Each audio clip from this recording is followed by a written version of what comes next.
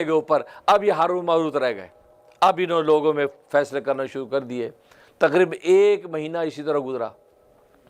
1 مہینے کے بعد ایک خاتون آئی اور یہ اہل فارس کی ملکہ تھی جس کا نام زہرہ. حسن و جمال کا پیکر, کیا حسن و جمال, خوبصورتی انتہا کی. اس کا اپنے شوہر کے ساتھ کوئی تنازع جھگڑا تھا. وہ آئی کہ میں اپنے شوہر کے ساتھ میرا جھگڑا ہے, آپ لوگ جناب میری مدد کریں. اب جب انہوں نے یہ دیکھا اس کے حسن و جمال کو, تو ان کے اندر وہی انسانی اور بشری کیفیات اور شہوات ظاہر ہوئیں. تو اس کو انہوں نے ساز باز کر کے کوشش کی کہ ہماری خواہش کو پورا کرے. اس نے کہا ایسے نہیں, شرط ہے. کیا شرط؟ شرط یہ کہ تم میرا ایک بت ہے وہ میرے اس بت کو سجدہ کرو گے. انہوں نے کہا نہیں, یہ تو ہم نے اللہ تعالیٰ سے کمٹمنٹ کی ہے, سجدہ نہیں کریں گے, شرک نہیں کریں گے. کہ ٹھیک ہے, مرضی ہے. چلی گئی.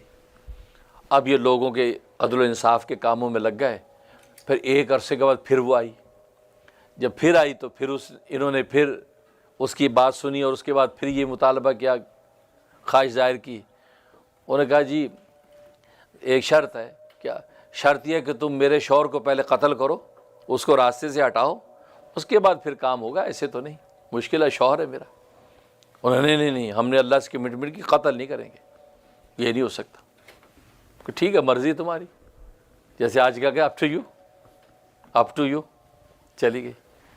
اب لیکن ان بیچاروں کے دل میں صبح شام خیال اس کا آئے کہ یار کیسے خواہش پوری کریں اسے. 3ری مرتبہ پھر وہ آئی کچھ عرصے کے بعد. پھر جب آئی اس نے اپنا مدعا رکھا, بات ختم ہوئی تو پھر انہوں نے خواہش ظاہر کی. انہوں نے کہا کہ نہیں, میری شرط ہے. کیا شرط ہے؟ شرط یہ ہے کہ شراب پئیں.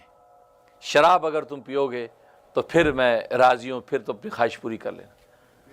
اب ان دونوں نے آپس میں مشورہ کیا کہ یار شراب تو چھوٹی معمولی چیز ہے, شرک بڑا گناہ تھا, قتل اتنا بڑا ظلم تھا, وہ شراب تو یار معمولی چیز ہے, چلو یار شراب پی لیتے. انہوں نے کہا ٹھیک ہے, شراب ڈن. چلو اس کے گھر چلے گئے. اس کے گھر چلے گئے اور اس نے اس کو شراب پلائی. اور انہوں نے شراب کو معمولی سمجھ کے پی لیا. لیکن شراب تو ساری برائیوں کی جڑ.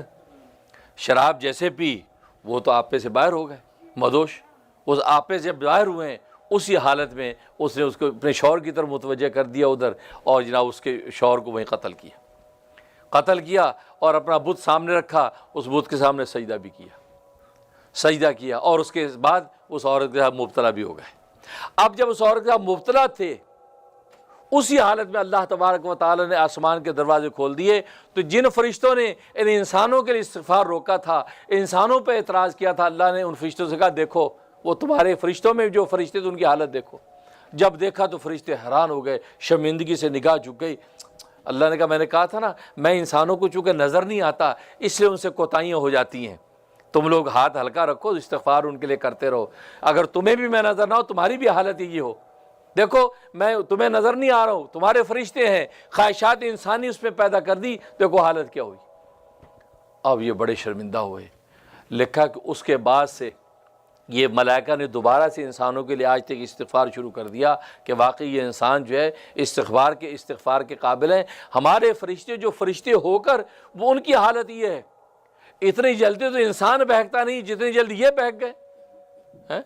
اس لیے اب فرشتے حدیث میں آتا ہے وہ انسانوں کے لیے استغفار کرتے ہیں. اب ادھر یہ جب مبتلا ہو گئے اور یہ صورتحال ہو گئی تو اس کے بعد جب یہ افاقہ ان کو ہوا تو اب ان کو سخت شرمندگی پریشانی.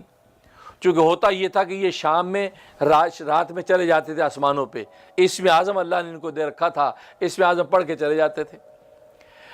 اچھا وہ جو زہرہ تھی اس نے ان سے وہ اسم اعظم سیکھ لیا کہ تم جو اوپر جاتے ہو آسمانوں پہ اتر آتے ہو, وہ کیا تمہارے پاس, کیسے جاتے ہو, طاقت کیا ہے. تو انہوں نے اس کو بھی سکھا دیا, اس موج میں اس کو بھی سکھا دیا کہ یہ اسم اعظم ہے, پڑھتے ہیں چلے جاتے ہیں. کہتے ہیں کہ جب یہ حالت پیدا ہوئی تو اور یہ مبتلا ہوئے تو اس نے وہ زہرہ نے وہ اسم اعظم پڑھا اور آسمان پہ گئی. اس لیے روایات میں آتا ہے کہ جو ستارہ زہرہ ہے نا, یہ وہی ستارہ زہرہ ہے, اللہ نے اس کو وہ ستارہ بنا کر وہاں متعین کر دیا. اور اب انہوں نے وہ اسم اعظم پڑھ کے جانے کی کوشش کی تو ان کے پروں کے اندر وہ طاقت ہی نہیں تھی, گر جاتے تھے, بار بار گر جاتے, پریشان.